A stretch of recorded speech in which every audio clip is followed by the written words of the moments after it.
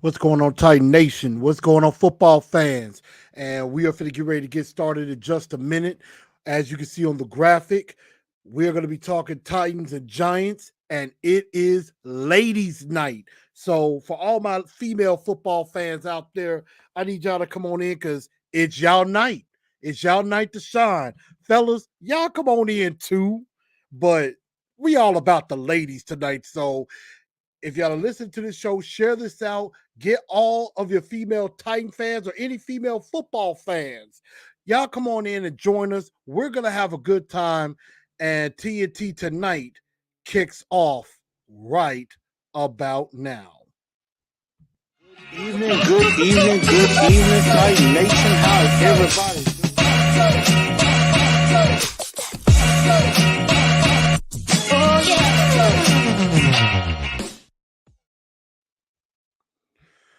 Good evening, Titan Nation. How's everybody doing? Welcome in to a new episode of TNT Tonight. I'm your host, Chris, the Blue Enforcer, aka The Truth. And we have an exciting show for you tonight. So make sure y'all do share this show out.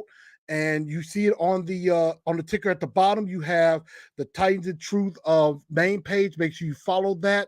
Also, make sure you follow the TNT Enforcers page and also follow on Instagram at Titans_N_Truth and on Twitter at TNT Blue Enforcer. And also, super chats and donations are also appreciated as well. If y'all are enjoying the show, you're helping me and with the show, and we're going to make sure we bring the very best content for you. And as I stated before, ladies and gentlemen, it is indeed ladies' night. So, ladies, I know some of y'all out there in Facebook world and in Instagram world are probably wondering what the heck is going on. But it's y'all night. I want y'all to come on in here to kick back, relax as we talk some football, and let's get right into it. So, we're talking Titans and Giants, and pro football is back. Also on the Truth League report, I just did that. I've been doing all the divisions. I still got to do the NFC East, the AFC, and NFC West. I will have those out before kickoff tomorrow because we know the season starts tomorrow. So we're definitely going to have those ready to go. So definitely go check out the Truth League report as well on the TNT page. And also, I'm a part now of the Man Hour Radio Network. So definitely shout out to my guy Mike and Eugene for having me as a part of the team. I am definitely glad to be a part of that. So definitely make sure you check out those guys and make sure y'all share this show out. Definitely share it out to everybody on any of the platforms that you have here. And without further ado, I have some special guests coming in. I have one more special guest that's going to be joining us in just a bit. She's actually wrapping up something that she has going on, but she is going to be joining us in just a minute. First and foremost, I bring to you, and I'm going to give each of these ladies their time, and that is, well, you know her, you love her. She's a Hall of Fame sports writer. She's the girl that gets the first question from Coach Vrabel every press conference. I hope he continues that tradition. A friend of this show and definitely a friend of mine, the late, the great, the legend herself, the one and only Miss Teresa Walker. Miss Teresa, welcome in as usual. Thank you for coming on. Yet again, saving my tail.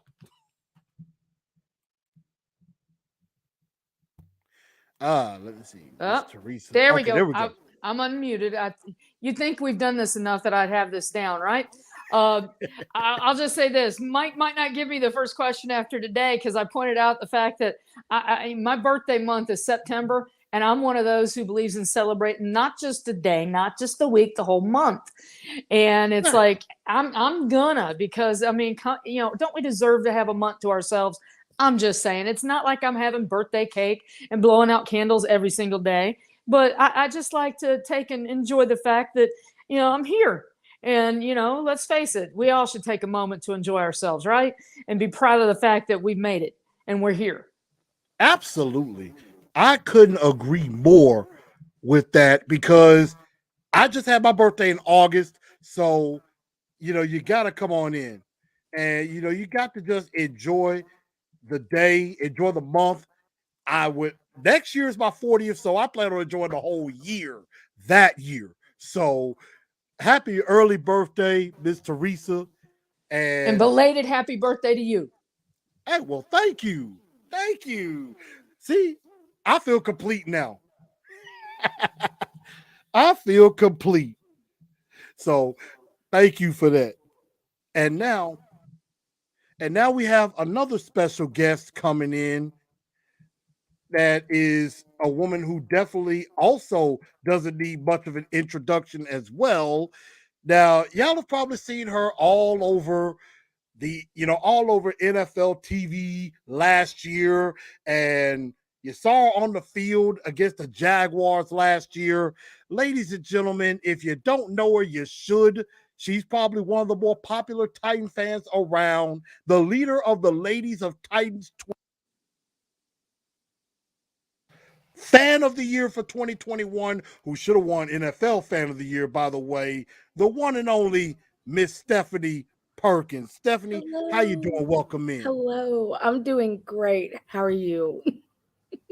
I'm good. I can't complain. That was an amazing intro, by the way. You flatter me. And Stephanie, I completely agree. I think you should have been the NFL fan of the year as well. So I thought you got cheated. Oh, thank you. Actually, really, by the time we ended everything, we were kind of all rooting for each other. So it wasn't like meeting the overall fan of the year. Oh my goodness, he's such a gem. But I already won when Mike Vrabel shouted out to me on NFL honors. I don't even I wasn't even upset at that point. I was like when he responded back to me yelling at him when he was accepting his award and talking about Miss Amy, that was my Super Bowl at that point. I'd already won my award for the year.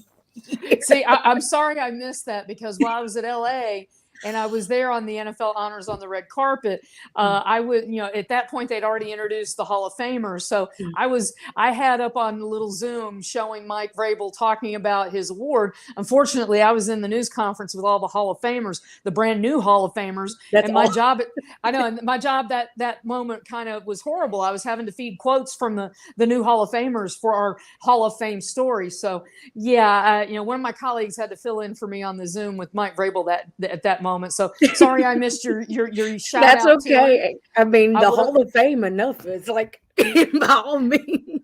But I would have loved to have heard that moment. So I'm sorry I missed that. It's okay. It was absolutely great. Like he just came on, he was talking about Amy, and I didn't realize that the YouTube theater was that enclosed, I guess, because of how everything feeds off the walls. And he said, he was talking about Miss Amy, and I said, "Let's go, Amy Woo." And I didn't realize how loud I was. And then he said, "Atta girl." And then I heard my phone pinging, and I'm like, "What's going on?" And then it hit me like, "Oh, this is live. This isn't something that's recorded that they could edit out." And they're like, "I heard you. Was that you on Was that her? That I heard?" I was like, "Yeah." It was great. It's a big show, and I'll say this. I got to view almost every part around SoFi Stadium that day because there was a little bit of confusion. I flew in that day from Nashville, and we get to SoFi, and we're looking for the media credentials to cover the red carpet. And let's just put it this way. I walked 5.5 miles that day because everybody kept saying, "Go this way, go this way." I literally walked all the way around SoFi Stadium and even got some help from somebody at the NFL and ended up it's a good thing I took some flats instead of the heels that I wore on the red carpet because I got more than my steps that day. So I took my tennis shoes. Tennis shoes. Like, smart. No way. That stadium is absolutely massive. And I learned that the hard way from the night before. I guess for like part of it, like we had already went out there once and I was like, okay, I've seen the layout. Let me make sure I bring my good walking shoes because when the Super Bowl happened, I was like not walking around in like these like little thick boots that I had on and I thought was cute. I was like, no, not doing this today. And so when the Super Bowl happened, I was like, nope, walking shoes. I'm gonna be comfortable. It was otherworldly though, like being able to like put my feet on the field and just look up, and to the left, I saw just Aaron Donald over there stretching. He was minding his own business in his own world, but I'm just over there like, I was shell shocked the entire time. It was absolutely crazy. And think about this, we're going to see the renderings from the Titans somewhere in the next few weeks this fall for their new stadium, what they want to build with the roof. And they've already made it clear there's been communication with the NFL that, yeah, we get this new place, we want a Super Bowl. Think about that. I mean, when Bud Adams first started talking to Phil Bredesen in August of 1995, or at least publicly, the idea of just getting an NFL team in Tennessee was ridiculous. Couldn't conceive of it. Now we could just be a few years away from Nashville hosting a Super Bowl in Music City. It's absolutely crazy. Still trying to. We almost have Chris speechless there. Sorry. I guess a little bit had to fix something right there, but that was something that I am wondering about, because with the stadium, I hear there's been a little bit of a snag, especially with Nashville missing out on the World Cup. That's kind of an issue right now, is that they need to get the stadium together. And I mean, I'm ready for it. So, they just go ahead and bring it. I'm ready to see what this new stadium's supposed to look like. So I get excited. I'm ready to be able to go to games, forget that it's raining. I can, have a raincoat on or whatever. And then when I get in my seat, take it off, be like, yeah. Yeah. For example, the season opener, there's predicted thunderstorms or storms coming in that day. So I'm like, I'm still going to be there. Maybe a little wet, but I'll still, definitely packing my rain gear with me, because I just, you just never know, because they could say storms, and with Nashville weather, Tennessee weather, it could be sunshine for like the entire time, or you just never know. But yeah, visiting the new stadium, it was a whole nother level. Granted, LA, grander scale, things like that, but just seeing everything like new and state of the art, and just refreshed and revitalized. Like, there was no team that wasn't represented out there. Your team may have not been in the Super Bowl, but you were just immersed. Like, I was just overwhelmed with like fandom, because it's not something that everybody gets to do, or gets to participate in. And just to kind of, when they took us down to the tunnel, and before we walked outside, like, I just had this moment of like, reality just hit. Like, I'm literally going to walk out on this field where the Super Bowl's hosted, and that's just something that I will never forget. Like, it was so cool. It was a really cool experience. Halftime show was amazing. Absolutely 100%, 10 out of 10. Halftime show was great. But just kind of to be around a bunch of people, and then also to be around the Rams fan of the year, Amanda. She's a doll, and just to kind of watch her progression. And part of me is kind of glad that the Titans didn't have a Super Bowl, or weren't this. I would have been a nervous wreck. I don't think I would have enjoyed the Super Bowl as much if the Titans were in it, because I would have been a mess the entire I agree. time. I mean, I will probably be like, look, I'm not here to party right now. Oh, yeah. I'm watching the game. She didn't want anybody talking to her until the game was over. She was like hunched in the chair. Her husband was right beside her. She was just like the entire game. I don't think she took one breath the entire game. See, LA was my fifth Super Bowl, real quick, that I've gotten to cover in person. And I've become one of those people. I hate to watch games with other people, because I'm on Twitter and I'm watching the game. And it's like, I just rather watch it with the world of Twitter, everybody who's tuned into games. And just, it's like, I've had a Super Bowl party when I didn't go to the game. I can't. I just want to focus on the game and the commercials. And yeah, I can't wait for the day when Nashville's hosting one of those. It'll be amazing. Amazing. I can't wait for the day when the Titans are in one. Now, I agree with you, Miss Teresa, that I couldn't do a Super Bowl party and the Titans are in. Well, yes, I could. I theoretically could, but I would have to have everything done beforehand, food, all that stuff, because once the game starts and the Titans are in it, I'm zoning out everybody else. I am focused solely on what's on the television. I need my team to win it. Then I'll party afterwards. But until then, I'm solely focused right here, centered. So that is, yeah, I can't wait for the day of that. And if Nashville when Nashville hosts the Super Bowl, I will do everything in my power to make that trip. I will make that 3-hour trip up for that. It will be a party no one will ever forget. Because it comes with a lot of things. Like the Super Bowl wasn't just the Super Bowl. Like they have they also host the Super Bowl experience, and then they have a bunch of players that come out and do signings and things like that. Like, there was like Travis Kelce, and I saw Devontae Adams and Austin Eckler, CeeDee Lamb. Like, there was a bunch of different players that came out multiple days. You just never know who you're going to run into. I was in the cafeteria with my friend getting food, and I look behind me, and there's CeeDee Lamb trying to get food from the cafeteria before he goes out to do his signing. I'm just like, what is this life I live right now? So it would be incredible. Like, part of me thought, I was like, oh, maybe, once they got the number 1 seed, I was like, is this really happening? Am I the fan of the year when the Titans go to the Super Bowl? Like, it was lining up in my head. So it was still fun to watch regardless. It definitely was great to watch. That is so cool right there. I mean, I can't wait to experience one of those, and I can't wait to experience it when the Titans are actually in it. Yeah. So that's what I am excited for most. And when the day that comes, I am all in 100% with that. But now that we've enjoyed last season, although last season didn't end so well personally for your boy, because I was in my hotel room after that game just wallowing in my misery, and I was numb. I didn't want to do a thing after that game, and I still have that game in my mind. We have a game on Sunday, which I hope will help put that image out of my mind forever. And so tonight, how excited are y'all that football is back right quick? Stephanie, I'm going to let you go first.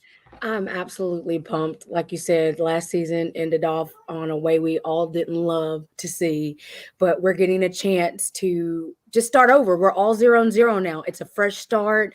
Those blade of grass at Nissan Stadium is fresh, tightened up, ready to go. I am hyped. I'm so psyched about getting to experience this, and I'll actually be going to the home opener, and it's going to be my first home opener to attend. So it's just going to be electric to be out there with everybody and enjoy that day. Is Teresa? It's going to be the start of my 26th NFL season, all with this franchise in this state, and that's the beautiful thing. Not only is everybody 0-0 with this team, they're going for a 4th straight playoff berth, would be 5 in 6 years. Think about how insane that is. Trying for a 7th straight winning season. Only the Chiefs have had more consecutive active winning streaks than the Titans right now in the NFL. But of course, getting is what J-Rob said. Get to the tournament, get to January, and then see what happens there. They've got a 3-game skid that they've got to end, but I put my the AFC South preview that I wrote moved I think it was Monday. What day? Oh yeah, today's Wednesday. It moved Monday, and maybe it was last week. I'm losing track of time, but I picked the Titans to win the division again, to three-peat, something this franchise has not done since the first 3 years of the original AFL. And the playoff streak that they're trying to do, only the run and shoot days with Warren Moon have they been able to have this kind of success if the Titans are able to make it to the playoffs. And think about this. I know that everybody's excited about Indianapolis. They're going to have their 6th different starting quarterback for a 6th different starting day to open a season. Well, the Titans have Ryan Tannehill. They have Derrick Henry. And after going through 91 different players last year, I know that Harold Landry is on IR, Racey McMath's on IR, but, the fact of the matter is you got to think they're going to be somewhat healthier this year.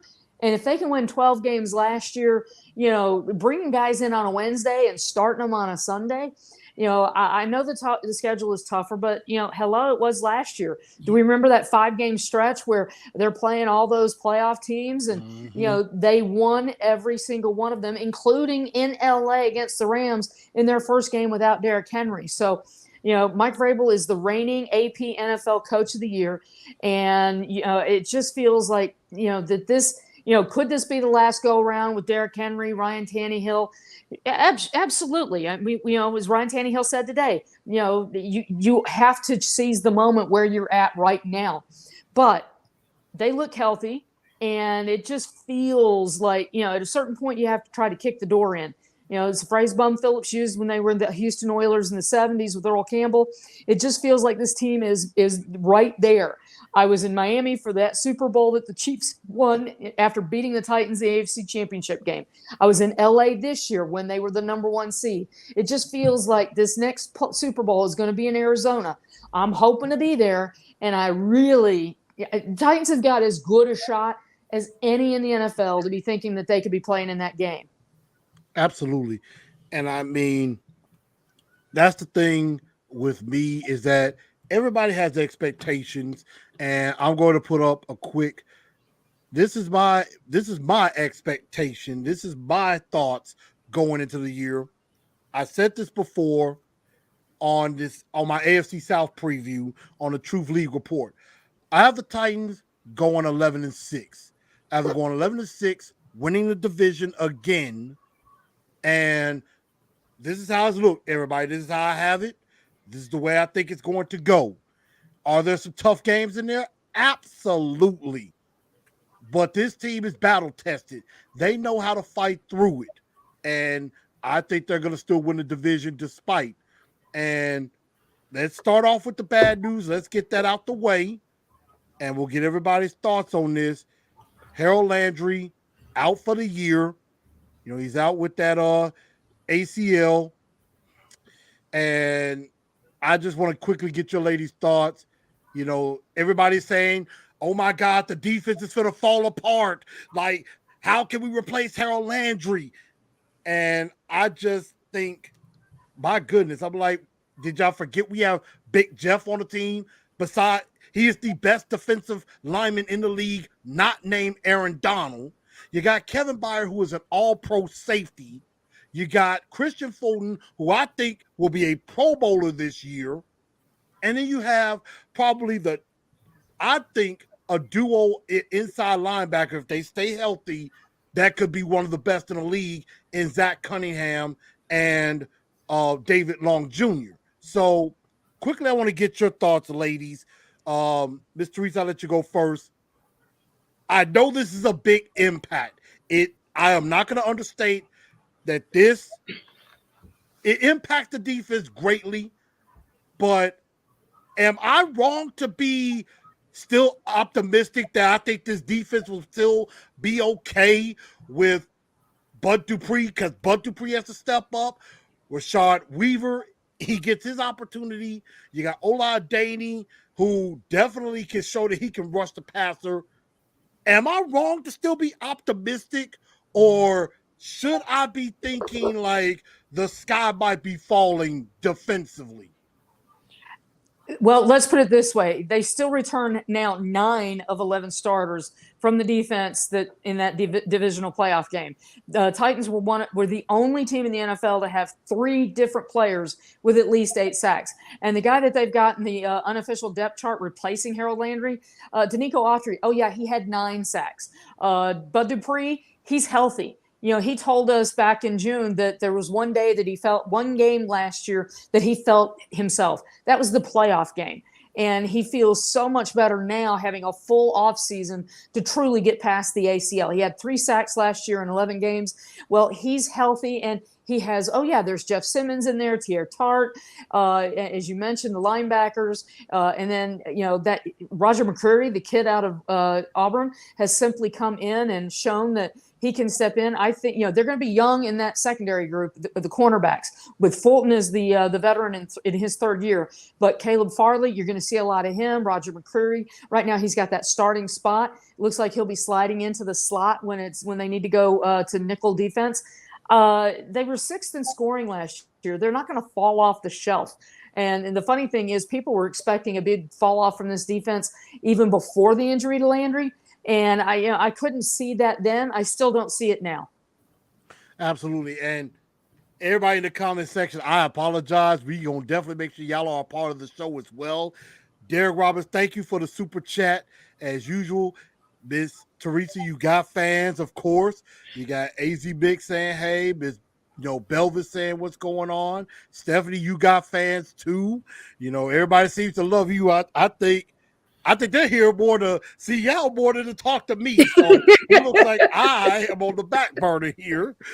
So I mean, I appreciate everybody tuning in and everything with that. So, I agree with you. I mean, we got a lot of starters coming back defensively. Bud Dupree has to have a big year. And yes, we cannot forget about Danico Autry, even though I know he hasn't really practiced all training camp, but now he's looking like he's coming back to himself a little bit as well. So that is a good thing. Titan Anderson, what's going on with you? Big Kimbo, I know he's got something coming up his sleeve too. But Stephanie, now what do you think? When you heard the news about Harold Landry, because I was like, when I saw it, when it first came out, I was like, oh man, I didn't want to get this news today. And then there it is. So, Stephanie, floor is yours. Well, first, I want to say that, prayers to Harold Landry with the rehab, the speedy recovery, and his mental. That's my first and foremost thought. I just want him to feel like he's going to be harder on himself than any one of us, especially as fans, can be when it comes to this. This is the last thing he wanted, and it was in practice. That's why my immediate reaction was sadness, but I wasn't like, oh my gosh, it's the end of the world. I'm like, this happened in practice. This is some things that accidentally happened. He's going to be hard on himself, but we're just going to band together and we're going to ball out. Even more so, I think, for Landry now that he's not playing this year. As long as we have Coach Vrabel and John Robinson and Amy at the helm, I just don't see how we're going to step back. Definitely agree. We're a younger core, but that's to be expected also because eventually we're going to have some of that turnaround as you go. And our staff is incredible at coaching up players. Players want to come in and play for this organization, and that's what I take the most from this. And the mention of Danico Autry, to me, I said it last year when he got signed. He's going to be that sneaky signing that nobody really realized how big of an impact he made when he came onto the field. And just him, I feel like him himself, along with Bud, really opened up our defense last year. And so him coming back, like you said, hopefully he's going to be, everything's going to be good over practice and things like that. And he'll be fine at game time. But with our young core, luckily we do have that veteran presence between Simmons. I feel like Landry's still going to be around. We may not see him physically, but he's still going to be a very much involved person when it comes to the core. I am also, like you said, Jeffrey Simmons, Kevin Byard, Bud Dupree with his experience, and he's been helping it. Rashard Weaver, if I'm not mistaken, there's been some videos of them actually training together. And so, it's those veterans coaching up our young players that it's going to just always keep us in the race. I feel like we're never out of it. And that's, that's my thing. Like I said, my first and foremost is just, like I said, prayers and speedy recovery to Harold Landry. And then I know the boys are just going to band together in their names and his name to get us where we want to be.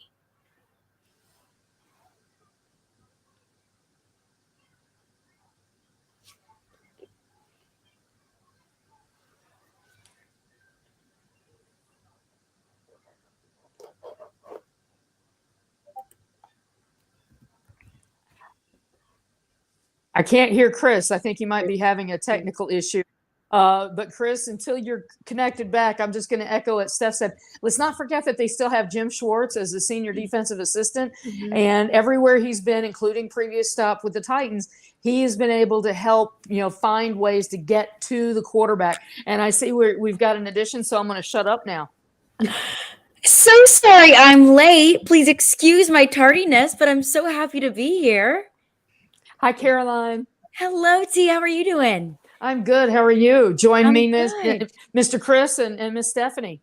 Hello, nice to meet you. Stephanie, I don't think we've met, so nice to meet you. Nice to meet you. And yeah, Chris, we can't hear you. I can't hear Yeah. Chris. I just know he's speaking something great. I know he's spitting some game over there, and I can't hear it. I hate it. I know. Miss Stephanie is the reigning Tennessee Titans fan of the year. So she was in LA for the Super Bowl. So we started off talking a little bit about Amazing. that. And Chris, we're still waiting for you. I don't know what your tech issue is. So I'll just keep talking until you say something and we can hear you. Okay, brother? Oh, okay. I There thought he that is. happened. There we go. Yeah. Spoke into I have my existence, mic dude. on mute. Everybody y'all work with me, y'all know I'm crazy. Classic. So I Been I there, wanted to done make that. sure I bring in a proper introduction to the one and only from 102.5 The Game, Stillman and Company. You hear her every day from 2 to 6 p.m. The one and only Miss Caroline Fenton, hot off the radio. Miss Fenton, glad to have you. Thank you for having me, and I appreciate that introduction, Chris. But yeah, just hopped off the airwaves, and there's no place I'd rather be after the show. And I will say this, as the show go on, I have a bone to pick with Jared. I got to know. do it through you. I know. I have to do it through you. I tend to be the great mediator among Jared and then whoever else, listeners, Joe, whoever It's it a might long be. list, right, Caroline? It truly is. Text line, call line, listeners, other Nashville media members, Joe Rexroad in particular. Yeah, it is a full-time job, but lucky that I get to do it. Well, we are glad to have you as always. And so we were talking about Harold Landry's injury and the expectations that we may have coming into the season. So I want to give you the floor. What were your thoughts on the Harold Landry injury? Because I know a certain somebody, we know what he thinks, and he should remain nameless, Jared Stillman, who just thinks the sky might be falling and just is so bum on the Titans that I didn't even want to listen to yesterday's show because of that. Caroline, help me out. I understand your frustration. I mean, my initial thought when I saw the Harold Landry news was this team can't catch a break. I mean, after last season, it seemed like there wasn't a single player except Ryan Tannehill, knock on wood, that escaped the injury bug. So I thought, seriously, I mean, right when the Titans start to figure things out on defense, that the change from 2020 to 2021 on defense, I mean, it was nothing short of miraculous. You go from one of the worst defenses in the league in 2020 to one of the best, to a team that gets 9 sacks in a playoff game. So that was my initial thought, was this poor Titans team can't catch a break. And this was a topic on the show yesterday, was, are the Titans screwed with Harold Landry's injury? And while I'm not going to go that far to say that they're screwed, I think you don't lose your leading sacker. A guy who had 12 sacks last year in Harold Landry, and you don't get better. That's going to be a very palpable loss, especially at the time of year when the Titans can't really go out and get a veteran pass rusher that can even come close to the production that Harold Landry had in 2021. So it doesn't make you feel good about it, especially too that this defensive line as a unit, as a whole, was so effective last year. And you can only assume that after having 1 year together, that 4 of Harold Landry, Danico Offrey, Jeffrey Simmons, and Bud Dupree, after having 1 year working together as a unit and finding a lot of success, that in year 2, they could take even more of a step forward. And also, the defensive line winning so many games for the Titans last year. They don't beat the Rams on Sunday Night Football if it's not for the pressure that defensive line put on the quarterback, put on Matthew Stafford. They wouldn't have been in the game against the Bengals if it weren't for the defensive line getting 9 sacks. So it's a huge loss to this defensive line. But I think, to me, it's okay, Rashad Weaver, what you got? Okay, DeMarcus Walker, what you got? It's next man up in this situation, because the Titans don't really have an option. And if it doesn't work out with those two, then you go out and you trade for a veteran pass rusher. Or you go out and find one on another practice squad that you can hope can be a step up and can give you something that maybe Rashad Weaver or any other of these guys who are going to step in can give you. So it's a huge loss to the Titans, but that's football. That's football. And I worry about this defensive line and how it takes a step back without Harold Landry. But I'm not going to say that the sky is falling. I'm not hitting the panic button, but it is a big loss. It's a loss. I do agree with that. I don't think it's as that the defensive line is going to take a serious step back. I mean, we got to see what DeMarcus Walker brings in because he's a starter now. Mhm. And, coming from Denver, coming from Houston, he should at least give us about 3 to 5 sacks. And there's a way by committee they're going to have to replace that production, which is something we're definitely going to get into. And again, I'm going to put up my graphic of what I think this team is going to do right here. I think the Titans go 11-6. I think they go 11-6. I think they win the division again, even though a lot of the rest of the world is not thinking the same thing. But we just have to hold in there. We got to see what's going to happen. That they're going to have to replace Landry. No one single person is going to be able to do this. It's going to take a collective to do that job that Harold Landry could do. And yeah, he's going to be missed, sorely missed. So I definitely do appreciate that. But TNT tonight continuing on. We got the ladies here, ladies night. The fellas are here. They are loving y'all and don't really care for me very much. And we got another star, Mr. Nate, in here. So Drum Star comes in and says, brought Carrie Underwood. That's not the first time I've gotten that. I get that and Reese Witherspoon all the time. I got legends. I'm appreciated. I am probably the least popular of the 4 on this show right now. Oh, that's not true, Chris. I think you've got 3 of your biggest fans on here. Exactly. Absolutely. Well, I appreciate that. But let's continue on. As we talk about season expectations, I want to play a little over and under with you, ladies, tonight. And we're going to definitely talk about some of the players. We're going to talk about maybe the Titans total. And let's just see where we go from there. And first off, I want to start off with Ryan Tannehill because, Stephanie, you know this. I have another fan on Twitter. Her name is Haley. I have a bet going on with her that she says if Tannehill leads us to the Super Bowl, I have to wear some Tannehill gear and I have to come on and officially apologize to the world and to Tannehill that I doubted him. However, right now, until Tannehill proves me wrong, I think my bet's looking pretty good. I ain't got to do that. I get to say I was right. But I'm hoping I'm wrong. I'll be glad to do it, y'all. Y'all know I'm a Titan fan all the way. So, Tannehill, over, under 3,700 yards, over, under 22 touchdown passes. Does he go over or does he go under? Miss Teresa, you're the Hall of Famer. You go first. I'm going to go under on the yards passing, but I'm going to go over for the touchdown passes. I just think they've got more people for him to throw to this year. And let's not forget, there's that guy, Derrick Henry. In 2020, when this offense was second in the NFL for yards and tied for 4th in points, he was close. I think it was 3,500 plus. Maybe it was around 3,700. But I just think that, they're going to run the ball. So under on the passing, over on the TD passes. All right. Let's see. Caroline, you're up next.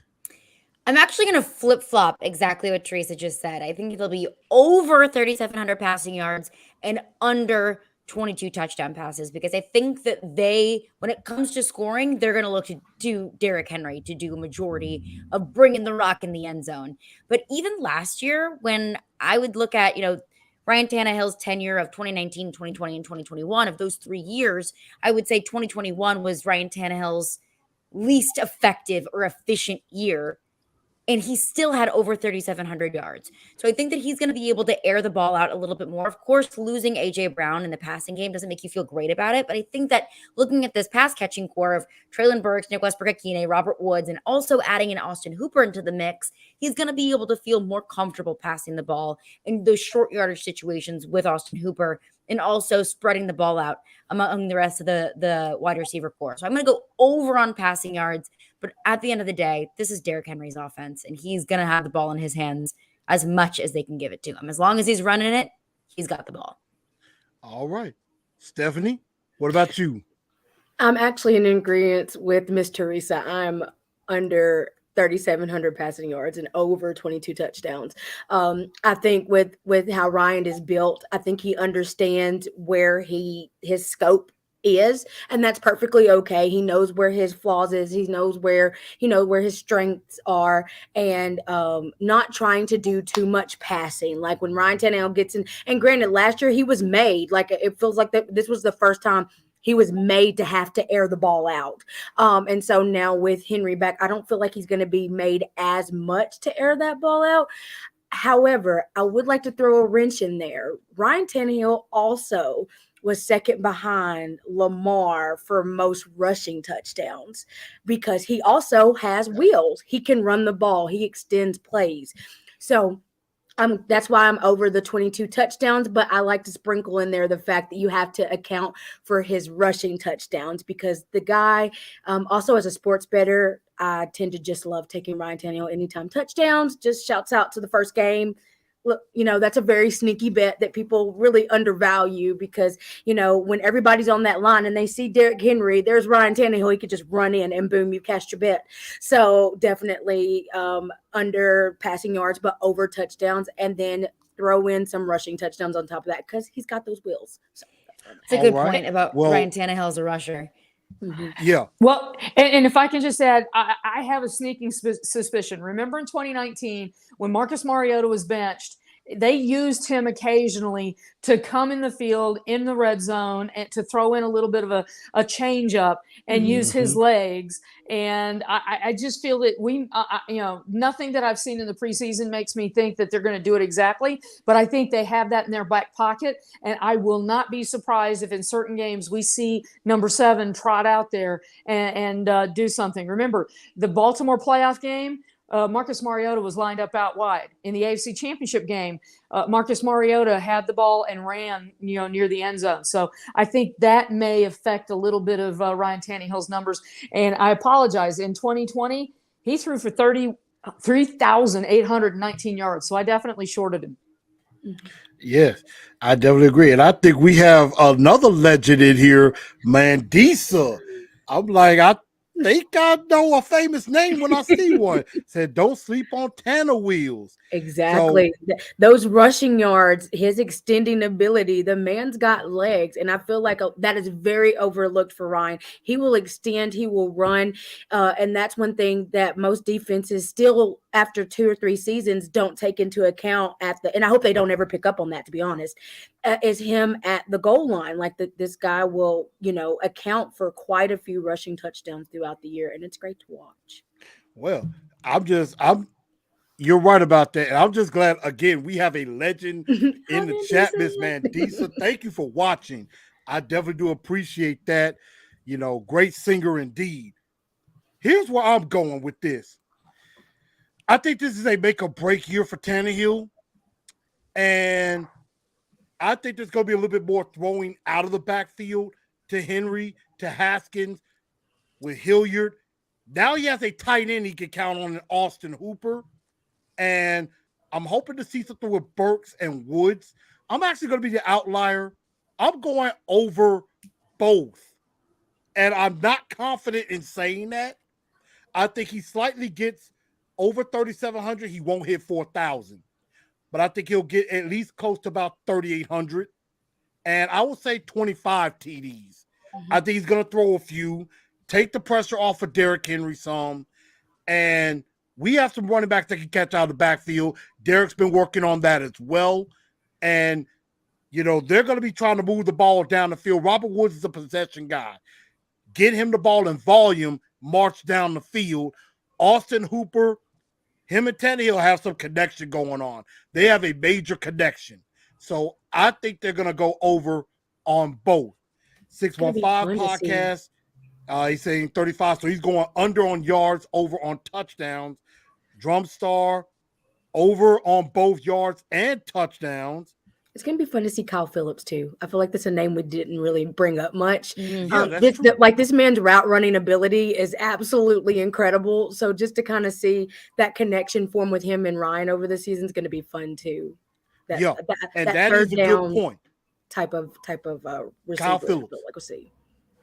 So the fact that they're calling Kyle Phillips the professor, because of his knowledge, he's a rookie, and this kid's so good at route running and understands the concepts of route running. That's why we've seen this kid go from 5th rounder to getting a lot of time on that first team with Ryan Tannehill. I can't wait to see him. And now that I think about it, Chris, I'm probably going to be wrong on taking the under on the passing yards, but think back to this 2020 when he did put up over 3,800 yards.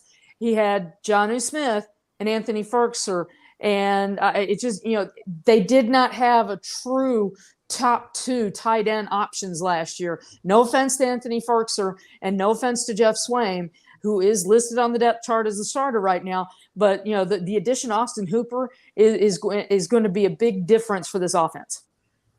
Absolutely. And I definitely do appreciate. And for everybody out there, make sure y'all subscribe to the show if you haven't already.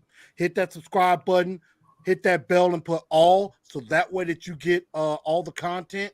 And go ahead and throw a like in there too, if you don't mind. And so I like that as well. And so now we move on to the King Beast himself, Derrick Henry. So ladies, over, under 1,400 yards, 12 TDs. Ms. Caroline, you got the floor. That 1,400 number is tough because I've said I think that Derrick Henry can be a 1,300 to 1,500 yard back. And as a Titans fan, you might look at that and say, well, that sounds like a bad season, coming off of a 2,000 yard Derrick Henry season in 2020.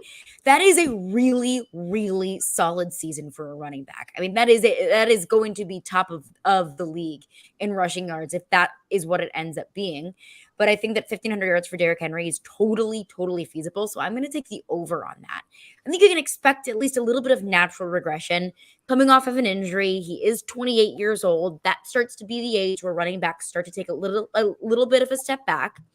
Derrick Henry has shown that he is different in so many different capacities. So I don't think it's going to be a dramatic step back, because I think that Derrick Henry is just different, and just being able to see him in training camp, he looks 100%. He doesn't do much in practice, but he looks like he's not afraid to kind of cut off of that foot. It doesn't look like he has anything setting him back this year. So while I do expect at least some natural regression just coming off of injury and getting older, I don't think it's going to be I don't think it's going to be drastic. So I would say 1,500 yards, and I would go over on touchdowns as well. I mean, he had 10 touchdowns last year and got injured at the end of October. So he missed, I would say a little bit under half of the season. So he would have been way over that mark on both yards and touchdowns if he had played the entire season last year. So I'm taking the over. I think the Titans are going to use Derrick Henry until they absolutely positively cannot use him anymore. Give me over on Derrick. All right. Stephanie? I'm over on both as well. Like I said, I agree wholeheartedly.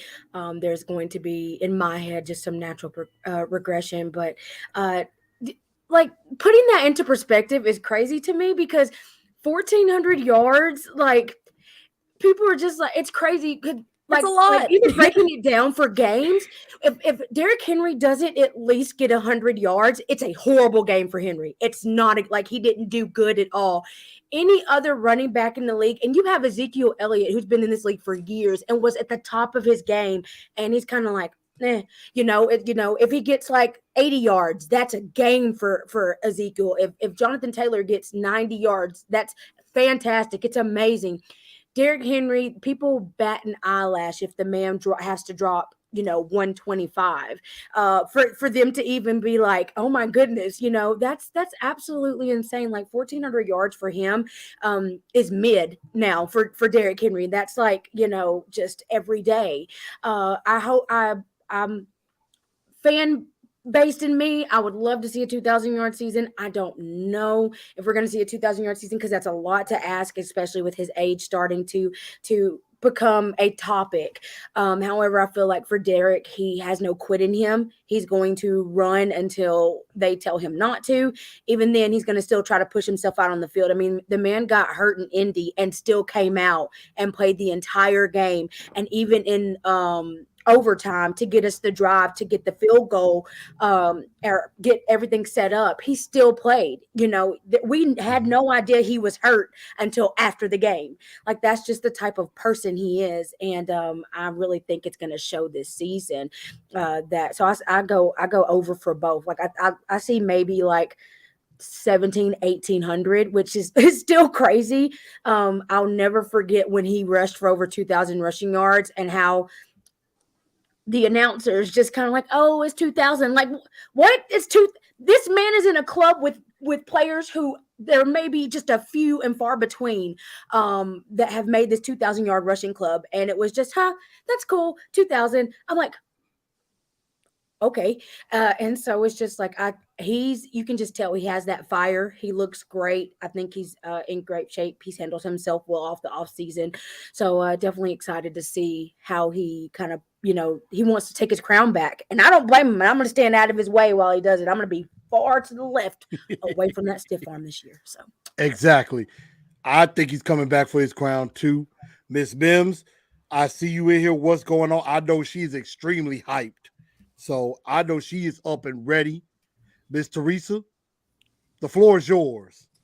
If Derrick Henry plays all 17 games, and granted, maybe he doesn't play the 17th game, but just taking what he averaged in 2019 when he became a starter, 2018, and that's when it was Marcus Mariota as the quarterback. He averaged 66 yards a game.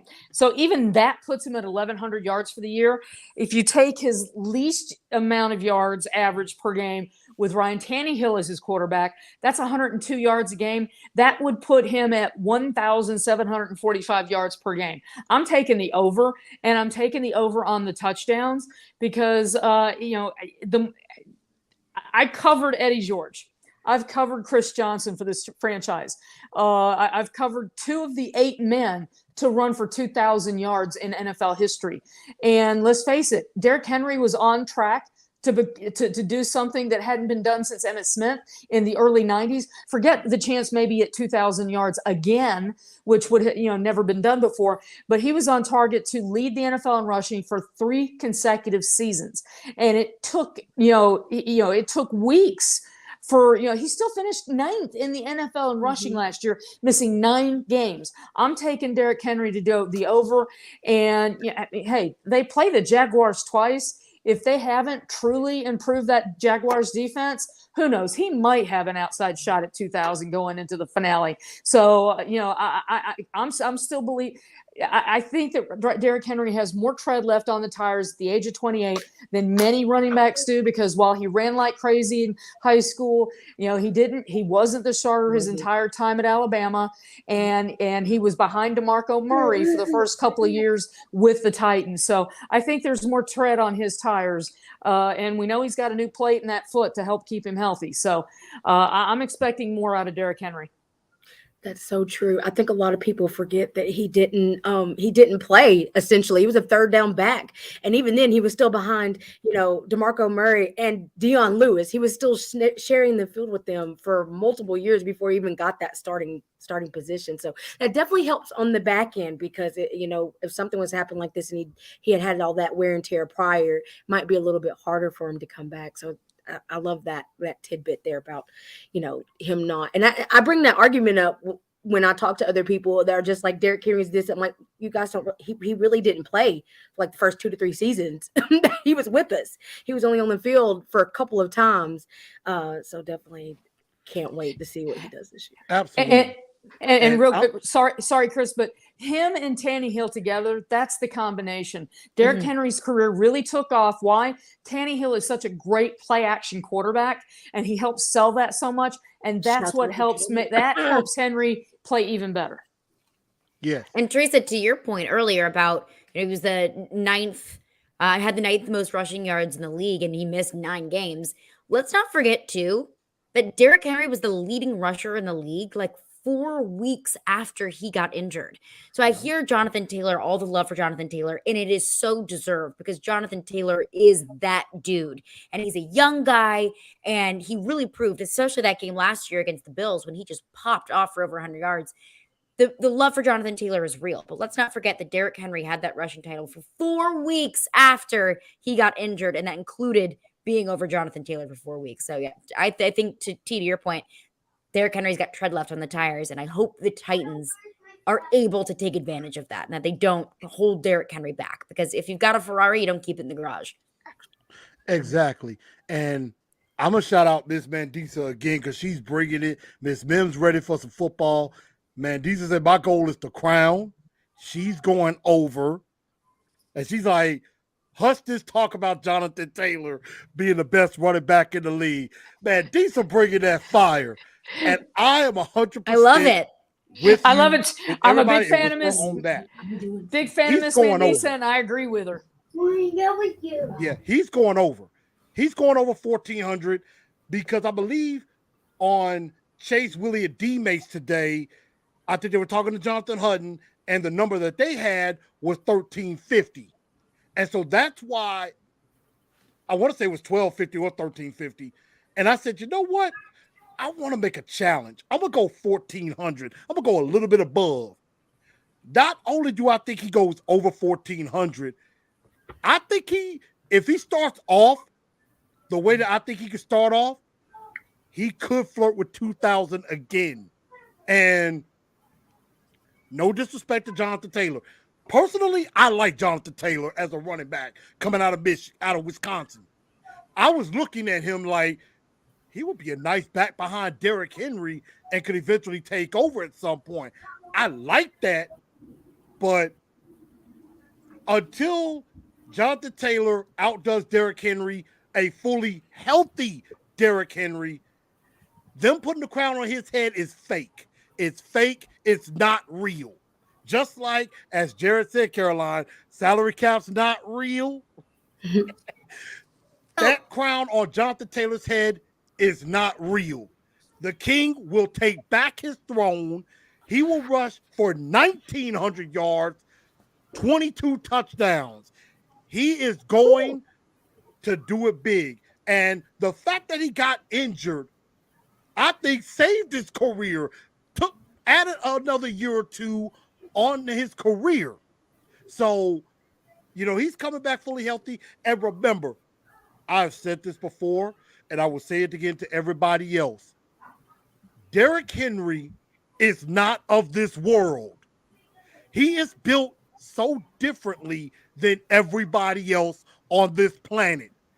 Derrick Henry is not from planet Earth. He is not. I say this all the time. He came from planet Krypton. He crash landed on Earth, and the Henrys took him in. They took him in, raised him as his own, and they just birthed one of the greatest running backs that's going to come around. That's what happened. He's an alien monster. And again, I also just want him to be respected. I think the only part that really got to me last year, besides the Henry injury, was the fact that Jonathan Taylor immediately was put in MVP contention. Nope. Like that is what, and people wonder why Titans fans are the way they are. And I'm like, it has a lot to do with the disrespect. I'm like, people was barely batting an eyelash to Derrick Henry. They laughed at the thought of a running back being in an MVP race when he is essentially our entire offense. And for Jonathan Taylor, and like you said, show love to Jonathan. He did an incredible job last season. But for all that hype, and part of me thinks maybe because of the Hard Knocks thing too. I'm like, that steamroll, just all of it. And I couldn't wrap my head around the fact. I'm like, you guys, and that's something as a Titan fan that will always, I feel like, we'll never get out of that type of shadow, is just because we're not like that media darling that is, it's there. We have a piece there, but outside of that, we just keep hearing we're a boring offense. I'm like, well, we have some of the best running backs in franchise history. Like we've been blessed with we've been spoiled rotten with running backs. Like we've been spoiled. And just so, like, for me to see that Jonathan Taylor could have one incredible season, granted he deserved it, to be put in that MVP contention, I was just like, didn't you guys just have a 2,000 yard running back the year before? And y'all just kind of like, he's on the Titans, so who cares? And that's obviously, I feel like that's just, as a whole, that's a Titans fan summed up. I'm going to take it even one more step further. I'm putting money on Derrick Henry as comeback player of the year. Just saw odds on that, comeback player of the Chris. year. Just saw odds on that. He's a 7-2 pick to be the comeback player of the year.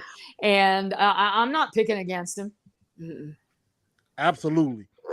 I'm putting, probably before Sunday, I'm putting some money on that for comeback player of the year, without a doubt. But let's continue on.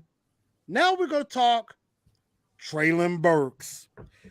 And he could be the X factor and the key to all of this in this offense.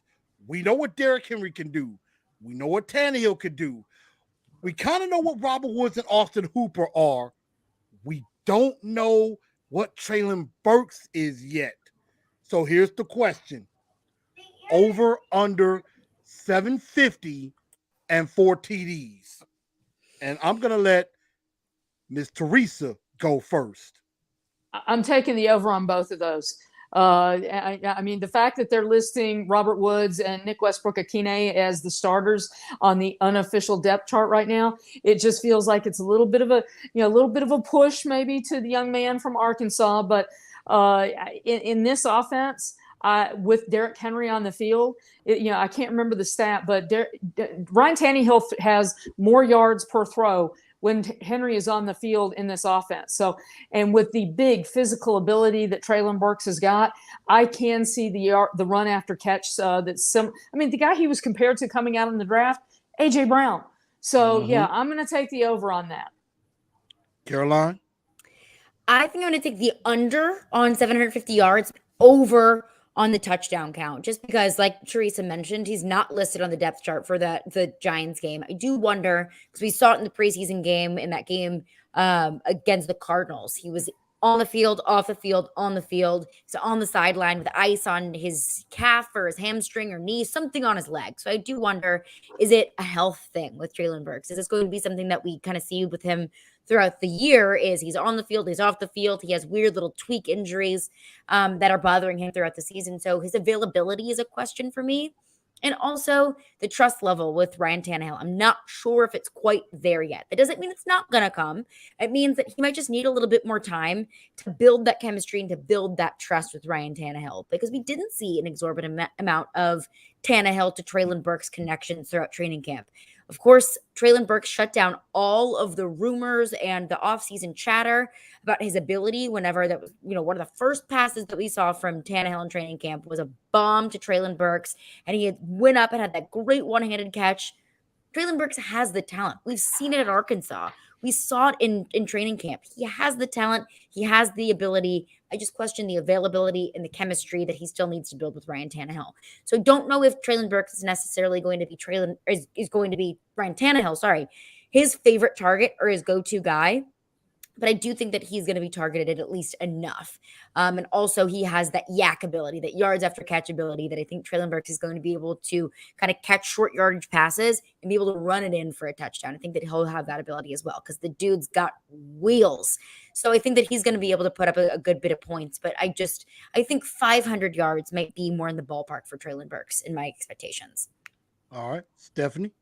I have about 600. That's sort of like my cap for him. and over on the touchdowns. Ryan's going to be spreading that ball all over.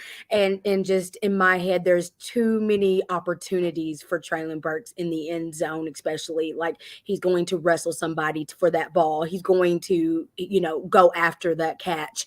I do see him in some long passage sort of things where he could pick up a good chunk of those yards.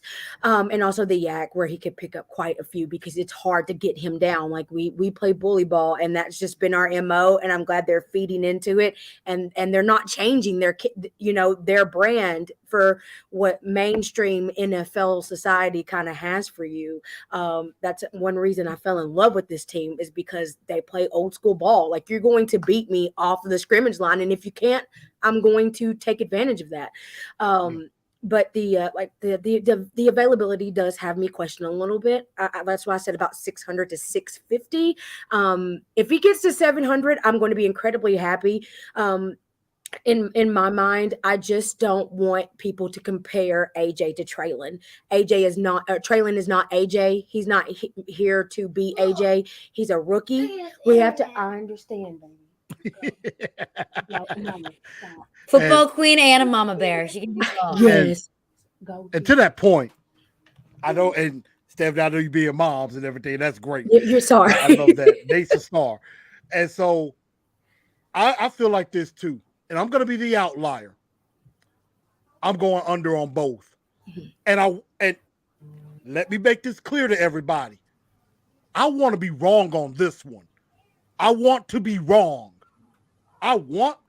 In my heart, I want Burks to go over both. In my mind, though, and remember, y'all know, truth. Remember that word. I'm going under until he proves that he can go over. So I'm going under like 650, 2 TDs, but I think more will come from that, because if he just grows that chemistry with Tannehill, and I think he will have a game where he does go off and things like that. And, Stephanie, you said that he's not AJ Brown. He wasn't brought in to be AJ Brown. You got to look at where he was drafted. I get that, and I wholeheartedly accept that. But at the same time, this he's a rookie. And this is just personal. Like, for me, you get that rookie year to learn to grow. You get that rookie year to build that chemistry and to become the player that you want to be after that rookie year. We were at a crossroads with the whole AJ thing, and it just happened when it happened. Traylon didn't ask to be drafted where he was drafted, but he was, and he gets that opportunity to hopefully prove to us as Titans fans why he was taken where he was taken. But at the same time, realistically in my head, and I think this also comes from the mama side of me, he's a rookie. He's a baby. He gets that 1 year to grow, that 2 years. Because you're like, for example, Nick Westbrook-Aquino worked his way up to where he was. He started off on special teams mainly, even though he's a wide receiver.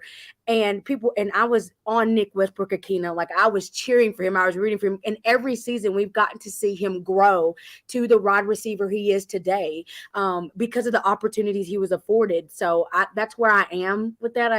I personally I give Traylon that 1 year, regardless of where you were drafted, to kind of show me where he's going to be. Like you said, I agree with you. I hope you're wrong, because then that means, more production for Traylon. But at the same time, I'm not going to be upset or disappointed in the pick if he doesn't go off this season, because for me, he still has that learning curve to grow. So. Well, we definitely have some fans that think Burks will go off. 615 Podcast says 1,308 scores.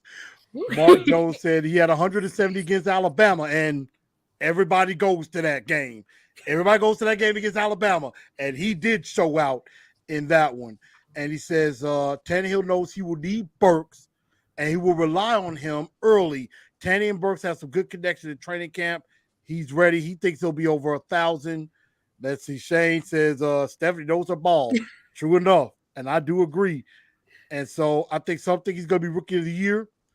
And AJ Stats rookie year, Mandisa, I believe he had, let me see if I got this right, Teresa, Caroline, you can confirm if I'm right. 52 catches, 1,051 yards, 8 TDs. Am I anywhere close? Chris, you are right Yeah. on the money. Oh! That was very impressive. And he only started 11 games, played 16. And the advantage that Traylon Burks has is that there'll be a 17th game. So if he's available, then that's why that 750, it's kind of like the hook when you're making a bet. If you'd said 700, I might have said, but 750, I'm going to take the over on that. So I just think that with this offense and that ability, I mean, and that's the thing. Miss Stephanie, you mentioned, and I kind of disagree. He was taken with the pick that they got trading away A.J. Brown. They will be tied together forever because of that trade. Yeah, I get that. But the fact of the matter is the young man's got skills. You watch him, he's big, he's physical, he's got good hands. And, when he walked off the field against the Cardinals, he was kind of holding his right wrist up. He came back and went back in that game. So that does show me some toughness. Absolutely. And I definitely do agree with that. And so that's something that we're definitely going to see. And I got a couple more, but I know, Caroline, I know you probably got to hop off. I know you got to do something. I know. wanna I'm have some sorry fun to with hop in y'all on late this and one hop before out we do early. continue. But And that that thank is you. this Sunday. Malik Willis, over or under 1 snap in this game? Under. I don't see them putting him on the field in a game where they're a big favorite. The last line I saw was 5.5, 6.5, depending on. No, I don't put him out there in this opener. I remember the very first game in Nissan Stadium. Steve McNair struggled a little bit against the Cincinnati Bengals. People were booing him. They wanted Neil O'Donnell. Steve McNair comes back in that game, led them to the win, and we all remember what happened at the end of that 1999 season. So there's no reason for them to put Malik Willis on the field in this game. I agree. Steph? I'm in 100% agreement. I may want to see him later on. Part of me kind of wants to just see him doing like a Jacksonville game, something like that. Something that I get, when we play Jacksonville, it's kind of like, just a big brother, little brother type thing. So, but I don't, other than that, I really don't want him taking the field if he doesn't have to. Stay on the sidelines, learn, grow from there. The Titans, I feel like, have never had the opportunity to develop a rookie quarterback. We've always gotten them and just thrown them onto the field. And I feel like this year they're going to, hold on to Malik off the field as much as possible. So, and in this game against the Giants, there's just no need. You really do need your starters to kind of gel together, even if it's for that one play. I don't see them. I think I see a wildcat from Henry before I see Malik on the field. Right. To be honest. Remember who the opponent is week 2, Monday night at Buffalo. So, and Ryan Tannehill, Derrick Henry, this starting offense, they need snaps together and they need them in a game. And no offense, but they don't need to get Malik into this game. Absolutely. I 100% agree. I figured to have a little fun with that one. I thought Caroline was going to stay on, but I know she had to hop off a little bit. I agree. I don't think Malik needs to be on there. I know there are people that want to see like a little small package of him maybe in the red zone or something like that, maybe jump pass or read option. But yeah, don't put him on there unless you absolutely have to. I 100% agree with that. Now, we'll quickly go into some defense. Bud Dupree, now that he has to be the main guy, over under 9 sacks. I might go with a push on that and go right on 9 sacks because that's what Autry had. You got Simmons there. Simmons is the guy that I'm expecting to have an even bigger year than he had last year. That's just me personally. So I'm going to go with I'm going to stick on 9 for Bud Dupree. And let's not forget that would be 6 more than he had last year and would be putting him into some pretty good territory for his career. So that's where I'm going to stick. All right. Steph? I'm going to go on the under, but not by much. I said 7. I'm seeing like 7 for some reason. Definitely an opportunist. I feel like he's going to come out wanting to punch some people in the mouth. This season, he's, like I said, got that full season of being healthy, being able to just kind of recuperate and re-strengthen. But 9 sacks for me is just a tiny smidge high. Like I'm on the 7 to 8. And I would rather kind of just go ahead and take the under rather than you get your money back on the push and you automatically lose if once he hits that 9 sack. But that's why I'm like, I'm still going to hover around that 7-8 area for me. I'm going to say this. I'm going way over. I need Landry. I need Bud Dupree to go over. I need 12. I need 12 sacks from Bud Dupree. You got to help replace that. Now, I know Weaver can help with that. I know Simmons and Autry will help with that too. So, I mean, they're going to do it as a committee, but Bud Dupree has got to take the lead on this. You're getting paid $16.5 million a year, and if you don't produce, and there's a good pass rushing class coming out next year, I don't know. The Titans could get out of this contract after this year. They could get out of the Bud Dupree contract if he doesn't produce. And it's a little bit too early to talk about that, but I expect over. And I'm with some of the comments. AZ Big says over with 10. Drumstar said with the money, 12. Shane saying 14. But I do agree with CJ. I think Weaver could go off as well.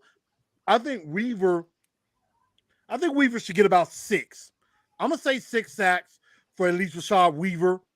I mean, we've seen him do some good in the preseason against like 2s and 3s, but we got to see him against 1s. We got to see him against starting caliber left and right tackles, and can he produce against those guys? Because if he does, Rashad Weaver going to be something serious. And that might make a decision like, should we get rid of Bud Dupree and go ahead and have Weaver with Landry? Or do we keep the 3 together? And in that way, you can kind of rotate it in. So I am going over. I am going over big time. Chris, he had 11.5 sacks in 2019. So, you're not, and hey, he doesn't have a TJ Watt on the other side, but guess what? He's going to have somebody. He's got Jeff Simmons on that line. So you may not be that far off. I agree. 5.5 over under Kevin Byard on picks. 5.5 or 5? That's 5. I'll take the over. Personally, I feel like Kevin's just at his best. It just seems like after last year when he finally got some help on that defense, his game just skyrocketed. He was all over the field. He was in his ballpark form, a ball hawk form for me last season. It was great to see because he deserved it. I feel like he was that glue that held the year before where our defense was just kind of drowning in a sense. So I'm going to go over personally for Byard for interceptions this year. Is Teresa? I'm going to agree. I can see, he has a career high of 8, his first all-pro season. Now, if he doesn't get that, I think it'll be because he's got lots of company, shall we say. Let's face it, Mike Vrabel made it very clear that he wants more turnovers than sacks. So that's the number because literally you're giving the ball right back to your team, your offense. So I think that's where we're going to have a chance maybe to see him have some company in the turnover area, similar to 2 years ago. And see, with you saying that, that's why I'm going to go slightly under. I'm going to go 4. And again, it's to your point. He's not going to be doing it alone. Fulton's going to get his hands on some. I think McCreary's going to get his hands on 1 or 2. Farley's going to get his hands on it. Hooker too. And a lot of offenses, when you look at the defense, you're looking for 31. You're seeing where he is, so you know not to go in his direction because you know if Byard sees the ball, he's going to get his hands on it. He's going to put his hands on that football and get it. So I think the fact is, I think he'll be slightly under by 4. Again, I want it to be more than 5. I'm just saying objectively, I'm going with 4 with that right there. But I see some others are saying 4. 4 is so under because cornerbacks are gonna have something to prove. Mark Johnson said he wants 3 in this game. He said he wants 3 in the game against the Giants. Save those for week saying, 2. see ball, get ball. I Yeah. get it. My man catching no balls. AZ Mix says 8.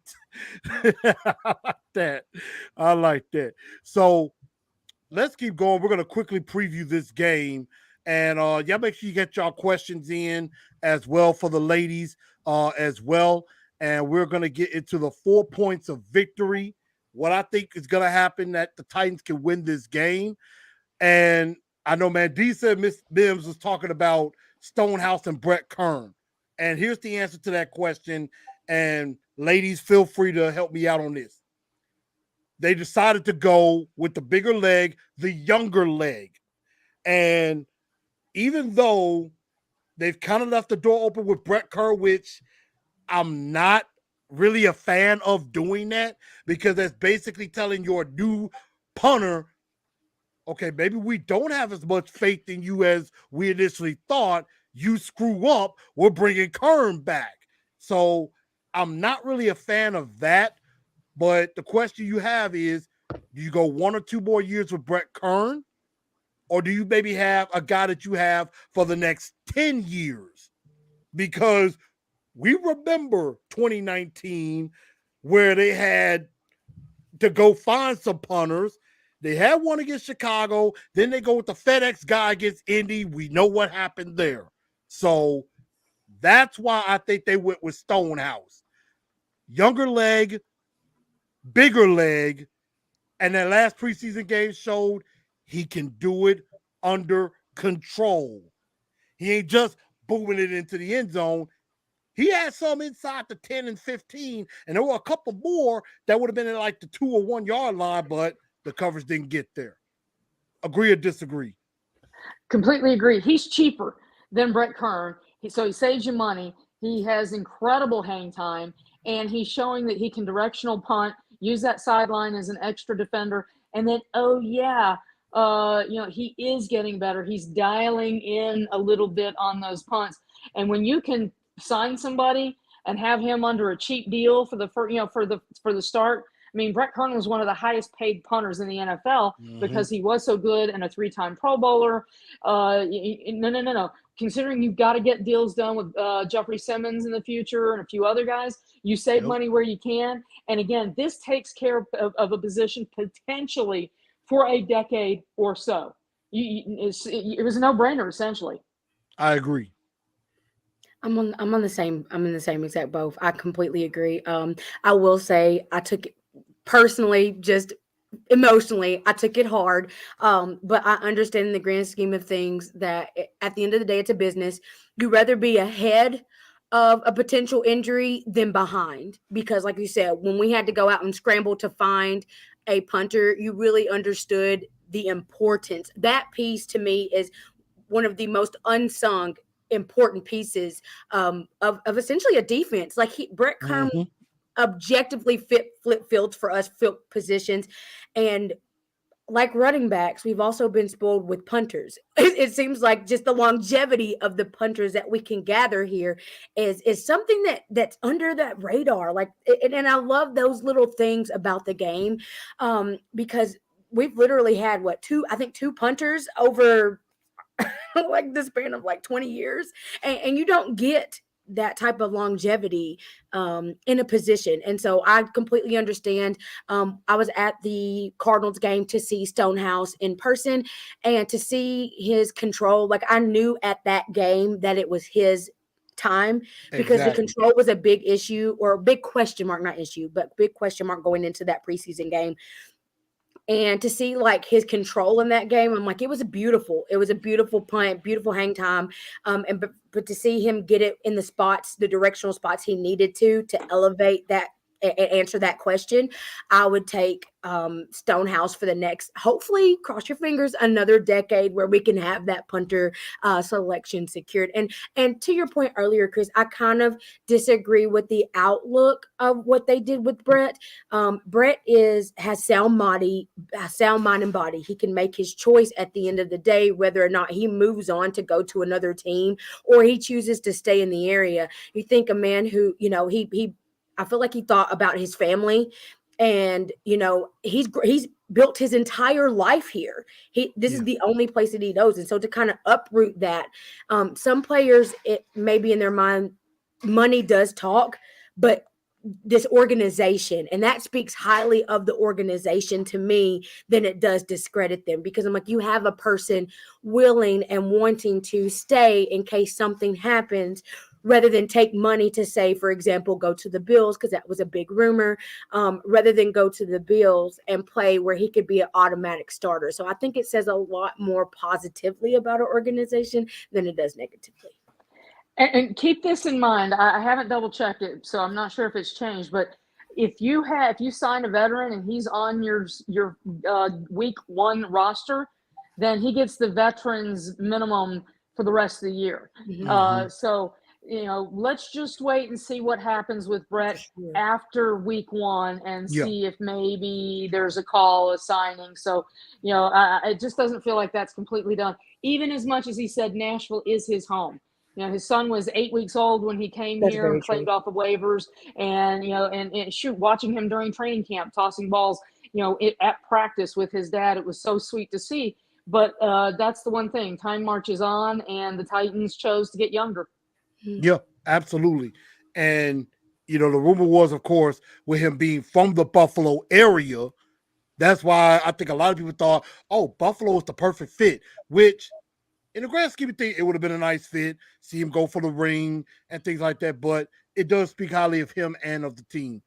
And so we're going to march on and actually get into the game, actually. But before we do that, if y'all want some TNT gear, definitely hit me up on my email at canewell817@gmail.com or any of the pages listed below. Also, you can hit up Miss Latoya Akinyemi at Queen Butterfly Tees on Instagram or queenbutterflytees@gmail.com. If you want to get a hat like the one that I have on, you can hit up my guy at Out the Crib Customs. That's on Instagram at out_the_crib_customs. And you could definitely get some of this TNT swag, like the hat that you see there, the shirts you see.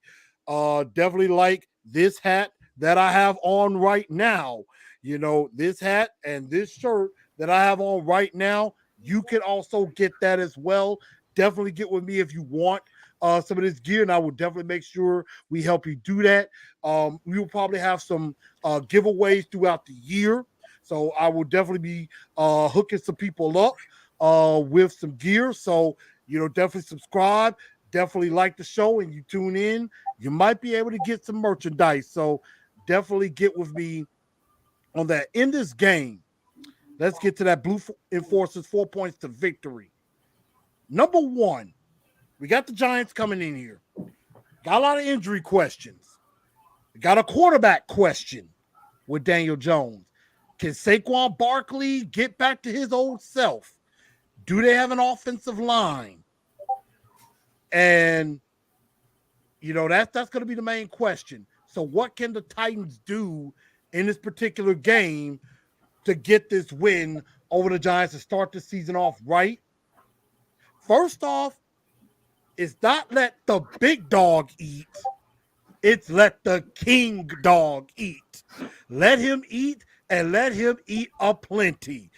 Give that man the rock and let him lead you to the promised land. Derrick Henry can do his thing and can do it big. And I think he's going to have a good game to start off the year. I know in years past, he has started off slowly, but I think this year, coming off this injury, he's on a revenge tour. I think he's on a revenge tour. He probably feels a bit disrespected that people want to pass his crown off to Jonathan Taylor and want to talk about Dalvin Cook and Nick Chubb and all those guys. And he's basically like, Y'all just gonna forget about me like that? Really? Like, okay, I got y'all on this.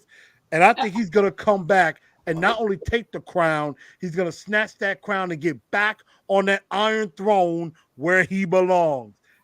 Y'all know I love that Game of Thrones reference right there. So that's one. Well, Chris, I'm going to point out Derrick Henry had his worst rushing game last year in the opener, 58 yards. That was when Chandler Jones, just dominated against Taylor Lewan in his first game back from the ACL, and he had 5 sacks himself and forced 2 fumbles.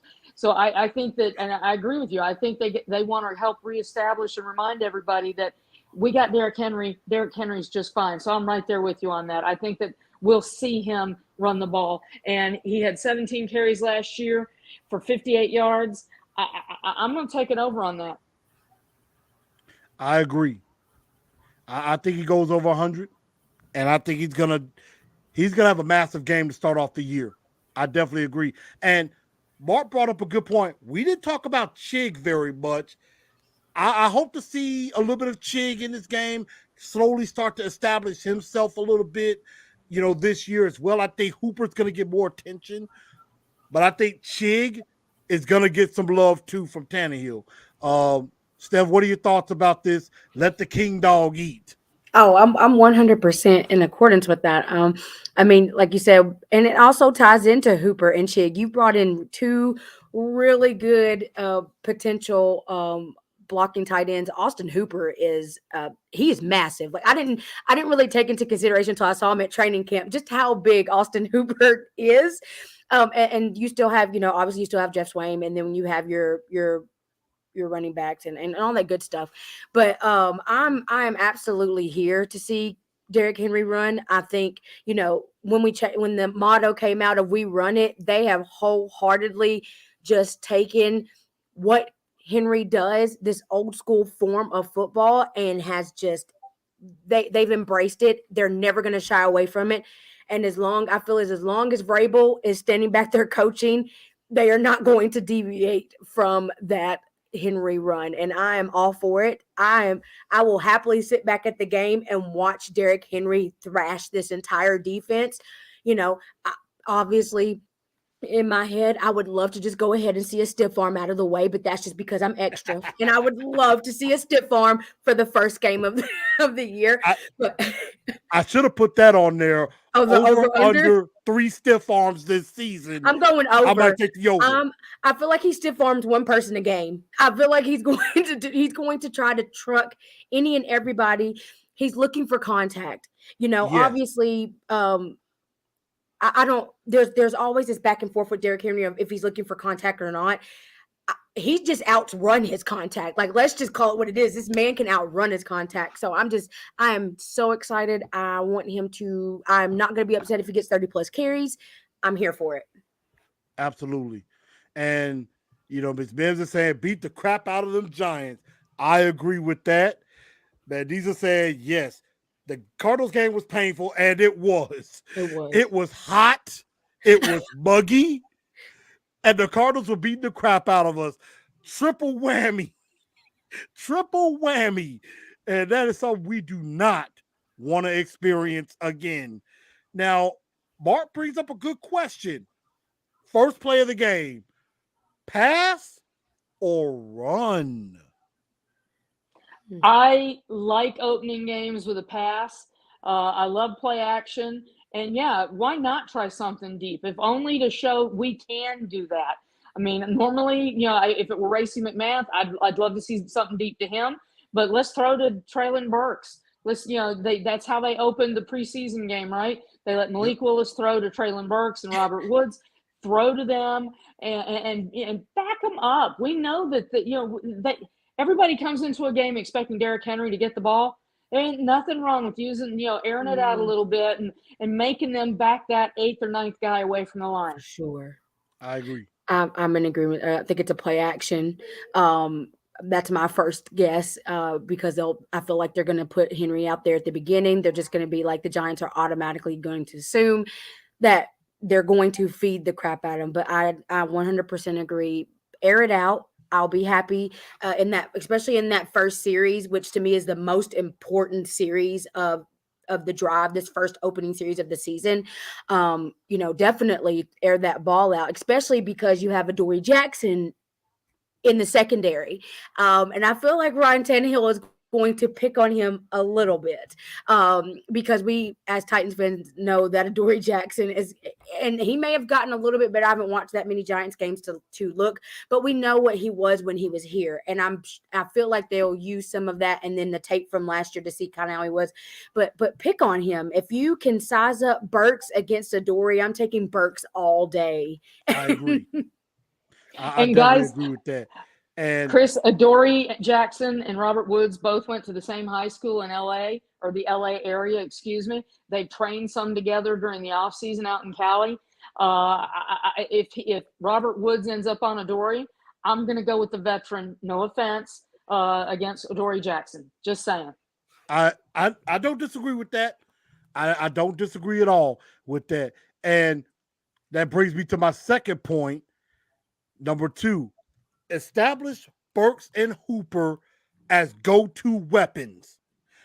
Get them going, and in that way, hey, Burks and Hooper could get the ball. And I'm going to throw Robert Woods in there too, because again, he's a volume guy. He's not a guy that you just need to go, a quick slant and he takes it 60 yards to the house. He's a guy, you get a catch, 9 yards. Later in the drive, another catch, 12 yards, first down. Another catch, maybe 6 or 7 yards, set you up, second or third is short. And then another, maybe touchdown, short in the end. That's what Robert Woods can do for you in an offense. He could have 70, 80, 90 catches, maybe under 1,000 yards, but you're getting him the ball in volume, and you're getting him where he keeps those chains moving. Burks could be your home run guy. Hooper can be your big play guy. And I think Hooper could be a top 5 tight end up there with Kelsey, with Kittle. I know Kyle Pitts from Atlanta might sneak his way up there too. And I like Kyle Pitts, by the way. But Austin Hooper could definitely get up there in that conversation as well. I think they established themselves as weapons. And I'm with Mandisa. I'm with the superstar on this one. One of the main keys for this whole season is Todd Downing. And Mandisa, please send me your information. I would love to have you on the show as well. Oh, she loves her Titans football. I'm going to tell She you, knows we've had it. many a I would love to have conversation. her on. That would She be is absolutely incredible when it comes to talking Titans. It would be a treat. It would be a treat if I could have you on, Miss Mandisa. Please, let's link up. Let's talk. I would love to have you on. But she is absolutely right. Todd Downing is going to be a major key. Can he be creative and not predictable? Because if Chris, remember this. This is what we don't know because they were so vanilla in the preseason. They hired Tim Kelly, former Texans offensive coordinator, as passing game coordinator. So, that's the one thing we don't know. How is that going to affect things? How different do they look? And one thing I was looking up, the Titans did not do very well in the first quarter last year. They barely outscored opponents 61-56. And, that's the thing. It's really tough. And how many times did they not score at all in first quarters? So, that's that in the third quarter, 2 areas that they absolutely can start better with.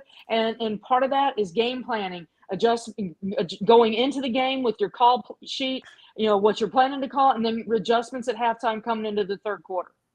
Yeah. And I'll even go on that because I heard this with, I believe, Jared and Caroline. Let's go even further. First drives of games. Out of 18 games that they played last year, 13 times on the first drive, they ended up punting the football. I believe they only scored like maybe 10 points all year on their first drives. You're going to have to be able to start off games hot. You want to get a team behind 7-0 before they even take the field or take the field for their second possession. You want to get them behind and them chasing you, not you chasing them. Yeah, it's nice to get a field goal in the first drive, but you rather get 6.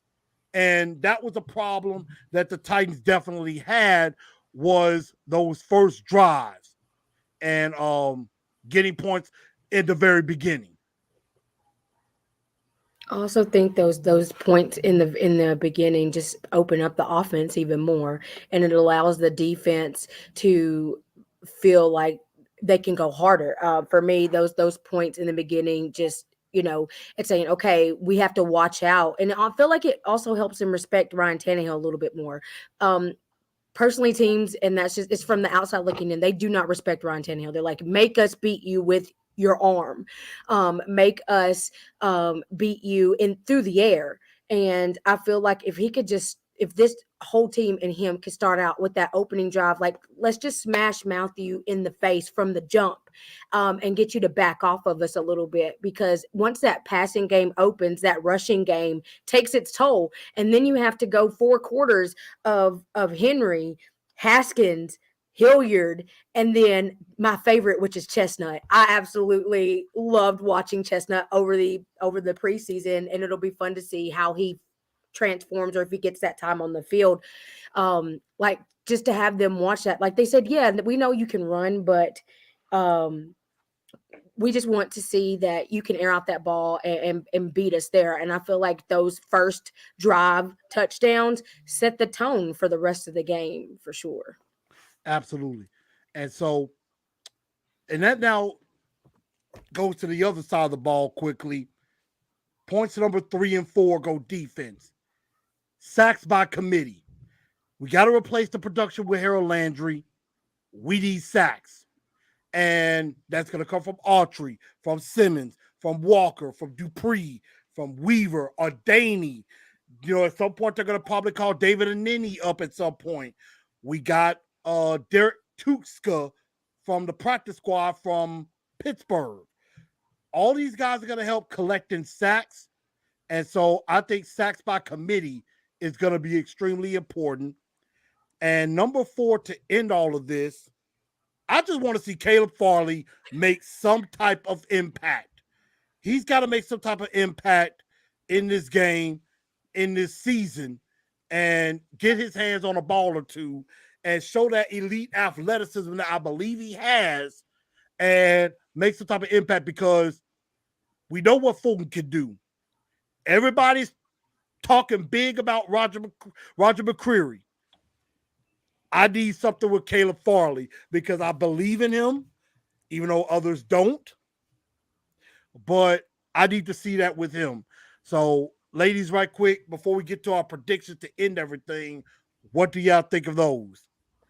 I think Farley's going to have an impact. I mean, let's face it, they need, in today's NFL, you have to have 3 cornerbacks on the field. So while right now that unofficial depth chart has Roger McCreary as a starter, don't be surprised if there's going to be games where all 3 of them are out there together. And and don't be too worried about the sack numbers. I'm going to go back to what Mike Vrabel said. Turnovers, the takeaway giveaway ratio, being plus, that is going to matter almost more than the sacks, because if they're getting there and they're pressuring that quarterback to get rid of the ball faster than he wants to, it may not be a sack, but if it ends up being a batted pass or an interception, those will count just as much, if not more, than getting a sack. Absolutely. And I just have 2 things just to add. One, along with the pressures that Miss Teresa was talking about, keeping Daniel Jones contained, keep him in front of you. He has a ability to get out of the pocket, and something that doesn't get brought up enough. Like Tannehill has wheels, Daniel Jones will extend plays with his legs. So it's just keeping the ball in front of you, keeping Daniel Jones in front of you. He does get flustered easily. So those pressures can turn into interceptions or even a fumble real quick from him, because he's still learning. He's still, this is what, 2nd year in the league. He's not, he hasn't been here that long. He's still fresh. So definitely for me, it's keeping Daniel Jones contained, keep him in the pocket, bring that pressure. And I think that will open up everything else. Also, because it tightens him up. You have Saquon and he's back there. You're always going to have to worry about Saquon because he's a built-in runner. But I feel like like just keeping Daniel Jones where you can see him at all times is very important. And then last but not least is just, and they're not going to do this, but for me, it's just do not sleep or undersell going against the Giants in a home opener. We're all 0-0. We're all starting off the year brand new. We're all fighting for the same thing, for a Super Bowl. Do not sleep on the Giants. Do not go in thinking this is an automatic W. They want this win and to mess up our home opener just as bad as we want to win our home opener. So those are my only two keys. Yep. You're absolutely right, Miss Stephanie. They've got a first-time coach making his debut in Brian Dable, and of course they want to get a win. So, yeah, they're not rolling over for anybody. Yeah, and with us being, we were the number 1 seed last year, we're not going to surprise anybody anymore. They're going to give us their best shot. And so I definitely agree with that. And that leads me to finally the moment of truth. Who wins this game? Titans or Giants? Miss Teresa, I know you have to run in a bit. So what is your prediction and where can everybody find you and your great content? 2 places for the content. You can follow me on Twitter at Teresa M. Walker.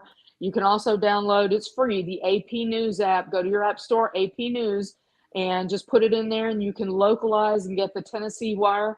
Just hit a button and say localize. It'll give you everything Tennessee. It'll give you all the sports.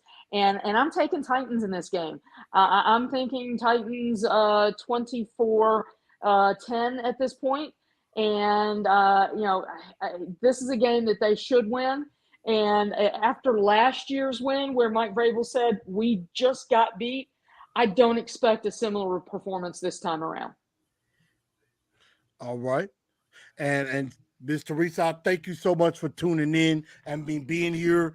And it's always an honor to have you on. I know I had you on probably a little bit longer than we wanted to do, but I definitely do appreciate you being here. You always save my neck. I appreciate you asking me, Chris. So much of a pleasure to meet you, Miss Stephanie. I'm going to have to log out because I still have some more work to do to get ready for this game this week. Oh, absolutely. Lovely to meet you. Thank you so much. Thank you again. I definitely appreciate you being on. Thank y'all. Y'all take care. You too. And that is Miss Teresa Walker from the Associated Press, as in Mike Vrabel's first question. So I definitely appreciate that. Stephanie, what is your thought and prediction? My prediction is going to be the Titans. I feel like this game, in my head, I'm seeing 28. I have like 28-30, but the Giants will have about, I'll say 14. I'll go 14 because I feel like you said, I feel like they want to come out. The way that last season ended, they want to come out and just punch somebody in the mouth. They want to establish their home turf early in the season. And I think them knowing that they want to establish that win and establish that home field advantage from the jump, it's just going to put even more of an importance on how this game will go for them. Absolutely. And we see some people are weighing in. Shane is saying 28-10. Let's see. Drumstar is saying 38-13. And you know what? I think I'm going to make this unanimous. Moment of truth. Titans win. We were close. 27-13. We were close. I think the Giants are going to try to slow this game down. But I think at the end, I think the Titans pull away. And I think the Titans win this game 27-13 to kick this year off right and get to 1-0. And that's what you want to do each and every week. 1-0. That's what you want. And so I think that's exactly what they're going to do. Mark says 35-0. I would love a shutout. I mean, the last time we faced them, it was a shutout in New York. So that would be absolutely that is great. true. But that is true. I would love to, I feel like they're going to get a couple. Oh, yeah. I feel like they're going to get a couple of field goals and a touchdown. I just, that's just one thing about Titans football. They love to keep it close, but like you said, pull away at the end. So it's just kind of one of those things where, where your expectations are in your head. And- I would love to see a shutout though. A shutout would be great. And speaking of which, I need to make sure I have my blood pressure medication Absolutely. refilled often, because the Titans do that to us. Mhm. They give us blood pressure, get it all up high. So gotta have my blood pressure meds up. So that's what I think about that. But now everybody, I want Stephanie to hear this because I'm gonna wrap up the show. Mhm. And even though I usually do this at the end of the month, because of some things that's been going on in social media with me, I think I'm going to do a very special edition of Shut Your Pie Hole. And I have to do it because I'm going to put up the object in question right here. That was a picture of me on Sunday. I'm at Dave and Buster's. I'm watching some wrestling, and I'm throwing up the NWO sign because I'm a wrestling fan. And so I like wrestling. I'm throwing up the NWO sign. I know there are probably some of my Sigma brothers wondering why am I throwing up the Zeta sign. I'm like, no, it's NWO. But that wasn't really what everybody was clowning me about. Not at all. I Everybody saw was that clowning first me thing. about the San Francisco hat that I have on my head. Absolutely. So I hope people like my guy Dell, Jerome, Jeremy, all of y'all, JoJo, all of y'all that commented on that post. And don't get me wrong, I love y'all. I thank y'all for supporting me. Y'all are my peoples. But I'm going to tell each and every one of y'all that decided to go against me on that, shut your freaking pie hole on that. I've been waiting to go off on this for 3 days, and I'm finna let it out. Let me tell y'all something right here and now. 2 reasons I wore that San Francisco hat. 1, it matched the color scheme I was wearing. I was wearing some red and black, and I thought the red would go with it. And, I had some red and black shoes on too. And so I was like, I'm matching the shirt. That is why I wore that particular hat. Now, I probably could have worn my Atlanta Hawks hat too, but we're not going to go into that. The second part, and some of y'all actually know this, is that I do it in dedication to my late father, Donald Newell, who passed away when I was 12. Rest in peace, Donald Howard Newell, best pops around. He was a big 49ers fan. So I sometimes have him as my second team, for him. That's why. And for all of y'all to question my loyalty, you dare question my loyalty. You dare question I'm with the Titans or not. Shut your pie hole. And I say that with love in my heart. I love each and every one of y'all, but shut your pie hole. I am Titans through and through. I will always be that. Y'all see this stuff behind me? You see this on my head? I am a Titan to the core. I will never, ever change that. And Ms. Mims, I know you didn't say anything. I'm talking about people that did. Okay? So I'm talking about people that did. Because there was a lot of people that commented about that picture. And once again, I'm going to put it up for I'm going to take some people off for everybody's enjoyment. I will hash on myself a little bit. I was having a good time that night. Was sitting back, having some food, drinking, watching some wrestling. And then everybody just a lot of people decided to put their 2 cents in. Ain't that beautiful? And look at Mark. Niners and truth. Oh my God. See, Oh this my is goodness. why I can't stand some of y'all right now. So stop it. Stephanie, any thoughts on what I just said? Well, in respects to your father, I can completely understand. You have a piece of him with you at all times, and I absolutely respect it from that regards.